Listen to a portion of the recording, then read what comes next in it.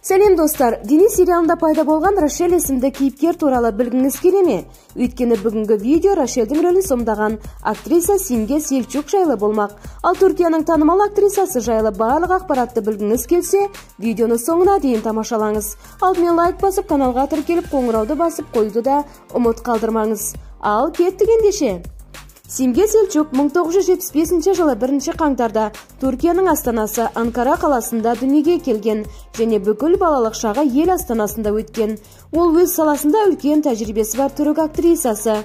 Жастайынан өнерге қызығушылық танытқан Симге орта мектепті тауысқан соң Билкент университетінің музыка және орындаушылық факультетін бітіреді. Актерлік мансабын Анкарада бастап, кейін Стамбулға көшеді. Өнер әлеміндегі алғашқы қадамы театр сахнасынан бастау алады. Талантын байқаған оны фильмдер мен сериалдарға түсуге шақырады. 1993 жылы экранға шыққан Ферхунде ханымлар фильмінде тұңғыш рет Йонжидің рөлін сомдайды. Ал 1996 жылы актриса Гүрбетшілер сериалында Өзілемнің рөлінде ойнап шығады. 2004 жылы актриса Алия сериалында Ләйләнің рөлін керемет сомдайды.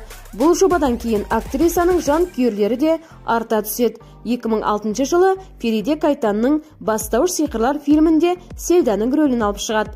2013 жылы актрисаға Галип Дервиш криминалдық сериалында Гонул Керимдердің рөлін ойнау ұсынылады және бұл рөлді тамаша орындайды. 2014 жылы Ауыл сұлуы, ал 2016 жылы Денис менің жүрегімде телехикаяларында да өз рөлдерін жақсы сомдаған. 2019 жылдың сәуір айында ATV арнасында жаңа түрік телехикаясы Секрет шығады. Симге Фериалдың әпкесі Мелистің рөлін ойнайды.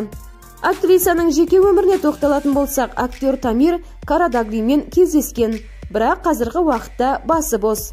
Бойының ұзындығы 172 см, жасы 47-де, соған қарамастан өте жас көрінеді. Достар, егер видео ұнаған болса, лайк басып каналға жазыламыз. Ал мен сіздермен қоштаспаймын. Жуық арада жаңа видеомен қайта қауышатын боламыз. Әдеттегідей сіздермен болған Әсем ТВ арнасының жүргізушісі Әсем Жұмалиева. Келесі кездескенше аман сау болыңыздар.